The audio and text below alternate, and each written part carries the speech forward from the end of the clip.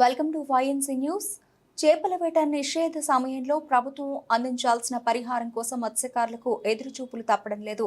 సముద్రంలో వివిధ రకాల చేపలు, రొయ్యలు సంతానోత్పత్తి కాలంలో భావించి ఏప్రిల్ 14 అర్ధరాత్రి నుంచి జూన్ 14 అర్ధరాత్రి వరకు సుమారు 61 రోజుల పాటు సముద్రంలో చేపల వేటపై ప్రభుత్వం నిషేధిస్తుంది. చేపల వేట విరామ కాలంలో మత్స్యకారులను ఆర్థికంగా ఆదుకునేందుకు ప్రభుత్వం ప్రతి ఏడాది మే నెల 2వ వారంలో మత్స్యకార భరోసా పథకం పేరుతో అర్హత గల ప్రతి మత్స్యకారుడికి 10,000 రూపాయల వంతున వారి బ్యాంకు ఖాతాల్లో నేరుగా జమ చేసేది. అయితే ఈ ఏడాది ఇప్పటి వరకు పరిహారం అందకపోవడంతో మత్స్యకారులు ఇబ్బందులు పడుతున్నారు. పరిహారం సకాలంలో ఇవ్వకుంటే మత్స్యకారులంతా కలిసి ఉద్యమిస్తామని పిఎస్ వ్యవస్థాపక అధ్యక్షులు సంఘాన్ని హెచ్చరించారు. దుమ్మలపేట గ్రామం, అది కుంభాభిషేకం రేవండి. ఇక్కడ ప్రభుత్వం 2 నెలలు, ప్రతి సంవత్సరం 2 నెలలు స్ట్రైక్ పెడుతుందండి మాకు. ఏప్రిల్ 15 నుంచి జూన్ 15 వరకు. అయితే ఈ 2 నెలల్లో మేము ప్రభుత్వం మాట చొప్పున మేము బోట్లు వేటకు వెళ్ళడం ఆపేసి ఈ రిపేర్ పనులు, ఏమన్నా వల పనులు అంటే చేసుకుంటామండి మేము.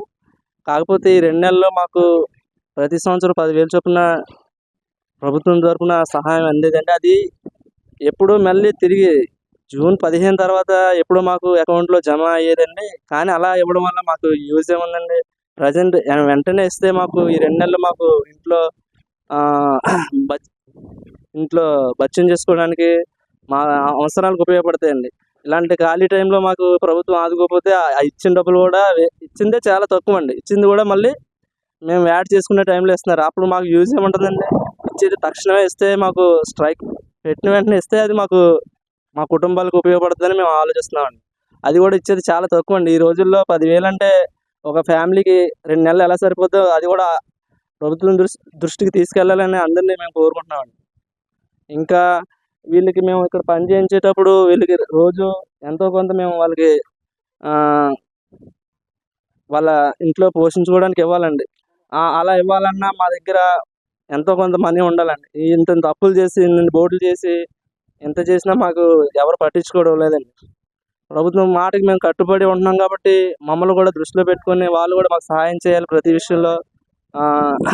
సబ్సిడీలు ఈ గత 5 సంవత్సరాల్లో అయితే సబ్సిడీలు కూడా ఆగిపోయినాయండి. మాకు బోట్లు వచ్చేయండి, ఇంజిన్లు వచ్చాయి, వాళ్ళు ఇచ్చేవారండి.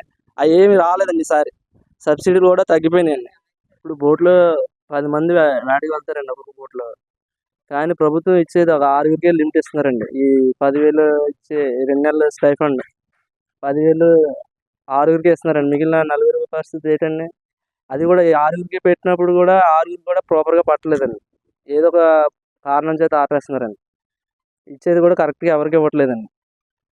అందరూ ఈ ప్రభుత్వం దృష్టిలో ఇది కూడా 10 మంది మనుషుల లిమిట్ పెంచి బోట్కి అందరికీ సక్రమంగా ఇప్పించాలని కూడా కోరుకుంటున్నాను. అందరికీ నమస్కారం. నా పేరు సంగం బంగారబాబు, బిఎస్ఎస్ అధ్యక్షుడిని. అయితే ఈ రోజుని ఆంధ్ర రాష్ట్రంలో జరుగుతున్న అనేక సంఘటనల ప్రకారము, అదేవిధంగా మత్స్యకారులకి బ్యాన్ పీరియడ్ అనే కార్యక్రమంలో ప్రతి ఒక్కరికి కూడా నష్టపరిహారం అందవలసింది కూడా రిలయన్స్ గవర్నమెంట్, అదే రకంగా ఇండస్ట్రియల్ గవర్నమెంట్, కేంద్ర ప్రభుత్వం ప్రకారంగా అందవలసిన గవర్నమెంట్ ఏదైతే ఉందో ఆ గవర్నమెంట్ ఇవ్వాల్సిన 10,000 రూపాయల నష్టపరిహారాన్ని ప్రతి సంవత్సరం ఏప్రిల్ 15వ తారీఖు నుంచి జూన్ 15వ తారీఖు లోపలికి దాన్ని క్లియరప్ చేయాలి.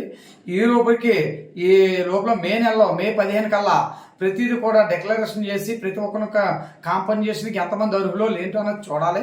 ప్రతి గ్రామాల్లో కూడా ఈ రాష్ట్ర వ్యాప్తంగా జరుగుతున్న, మా ఉమ్మడి తూర్పుగోదావరి జిల్లాలో జరుగుతున్న మత్స్యకారులకి అనేక రకంగా ఇవ్వాల్సిన బ్యాన్ పీరియడ్ ప్రకారం ఆల్రెడీ నెలలో అయిపోవడం జరిగింది.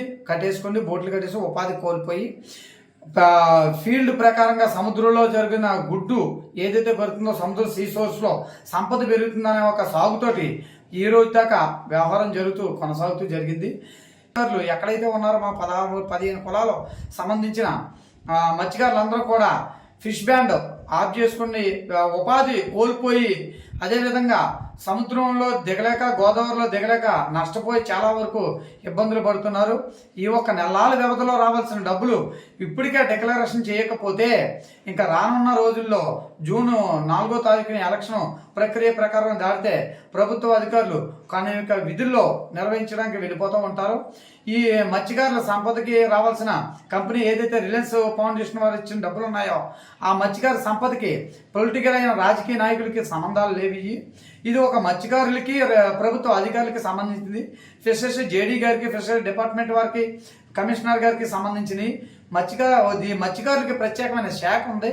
ఈ మత్స్య శాఖకు సంబంధించిన మత్స్యశాఖ డిపార్ట్మెంట్ వారు మత్స్యకారుల్ని గుర్తించి అర్హులైన మత్స్యకారులందరికీ తక్షణమే ఈ కాంపన్సేషన్ ఏదైతే ఉందో ఈ నష్టపరిహారాన్ని ప్రతి ఒక్కరికి బ్యాంక్ అకౌంట్లో ఇవ్వాల్సిందిగా కోరుకుంటున్నాం.